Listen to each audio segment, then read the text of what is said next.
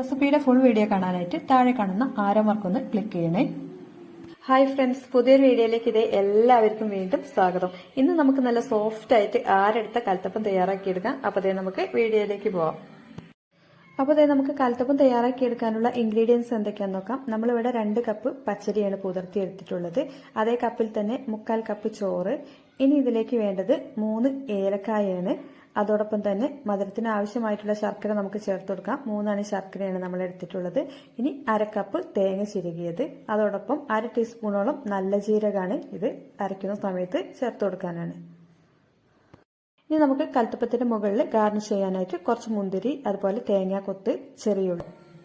അപ്പോൾ first time ഒക്കെ കൽത്തപ്പം തയ്യാറാക്കി എടുക്കുന്നവരാണെങ്കിൽ ഇതുപോലെ ഒന്ന് ട്രൈ ചെയ്ത് നോക്കുക. എന്നിട്ട് ഫീഡ്ബാക്ക് അറിയിക്കണേ. അതോടൊപ്പം വീഡിയോ ഇഷ്ടമായാൽ ലൈക്ക് ചെയ്യുക. ചാനലും കൂടി മറക്കാതെ സബ്സ്ക്രൈബ് ചെയ്ത് സപ്പോർട്ട് ചെയ്യുക. മറ്റൊരു റെസിപ്പി ആയിട്ട് വീണ്ടും വരാം. Thanks for watching.